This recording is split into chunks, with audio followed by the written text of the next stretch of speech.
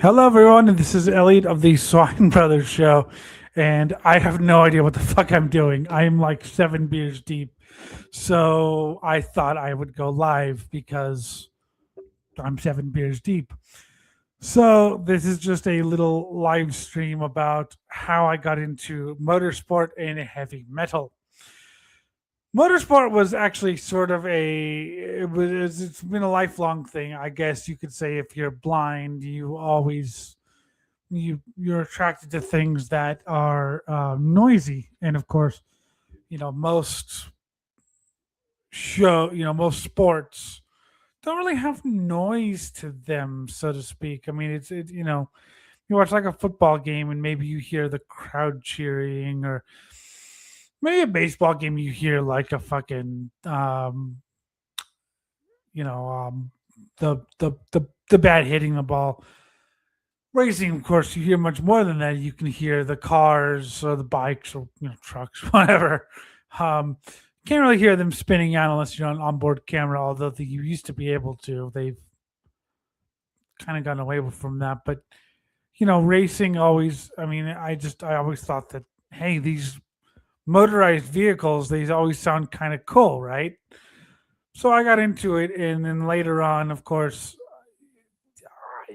I guess you just sort of through racing osmosis, you discover the history of racing. I'm not your average fan. I'm not your my default setting is let's find out as much as we can about whatever I'm into, be it racing or music or history or text adventure games. So I got into the history of racing because I was curious. I mean, what was you know yeah, I know what's happening now, but how did it lead up to that? Who were the people who founded the scene, I suppose. And because of that, I got into the history of it. It's sort of the same thing with metal. How did punk rock develop? How did death metal develop? I mean, you go from Black Sabbath to Cannibal Corpse, there's obviously some development there. And so I got into the history of how things developed, and who were the people who developed them. In racing, you had NASCAR or F1 or whatever. IndyCar, you had developments. I mean, IndyCar goes back to 1902 and the old AAA championship, and guys like Barney Oldfield and Gil Anderson and Ray Haroon, of course, controversially won the first Indianapolis 500, although some people will say Ralph Mulford won it. I don't know. I wasn't there.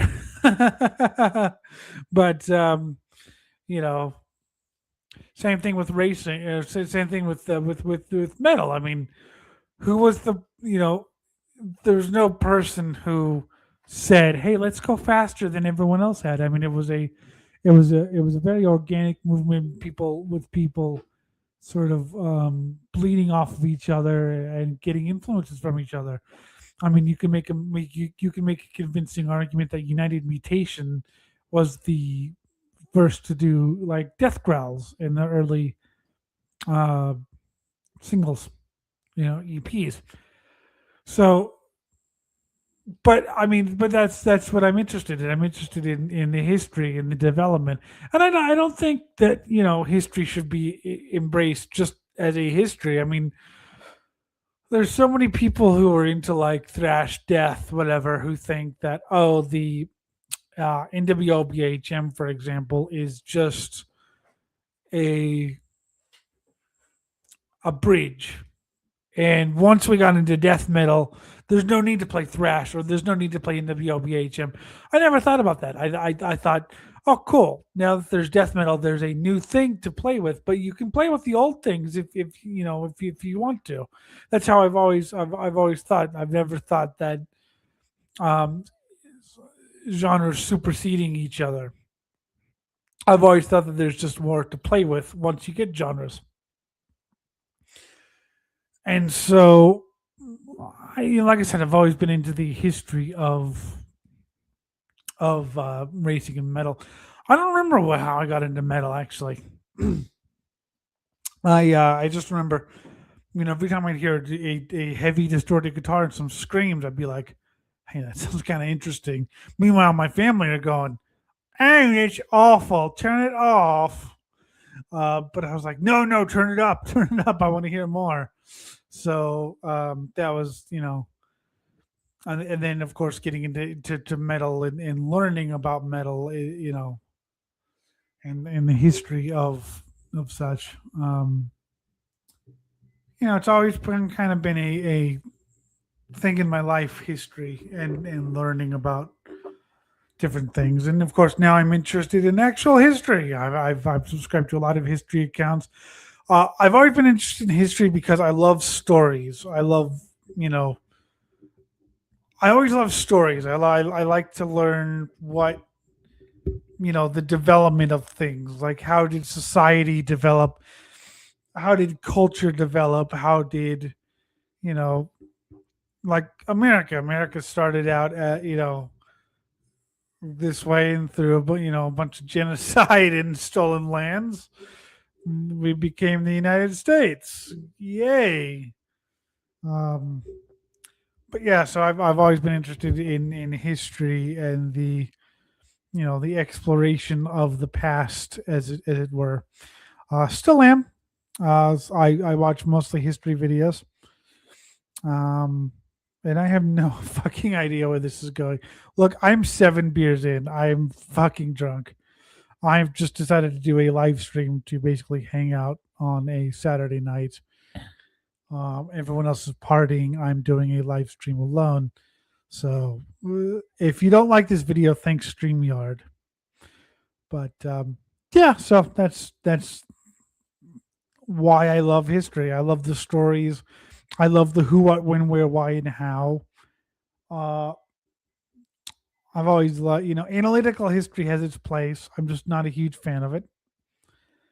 Um, so yeah, that's, I don't know. I'm fucking drunk. I'll probably regret this later, but anyway, so that's my history rant, and how I got into music and racing. Basically, I got into racing because I like the sound. It's just, I don't even remember. I honestly do not remember getting into racing. I I remember being like 3 or 4, and hey, what the hell is this? This is a cool noise.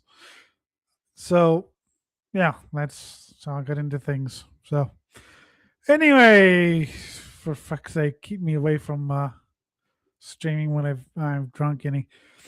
But yeah, so hey, you want more content? We got more content for you. Just happens to be a drunken blind man ranting about history and racing. So yeah. Anyway, this has been Elliott Lindenwood, the best podcaster in Apple Valley, California. I will see you later. And God, I hope Jim is like fucking up for a Swine Brothers soon, because if not, this is what you're gonna get.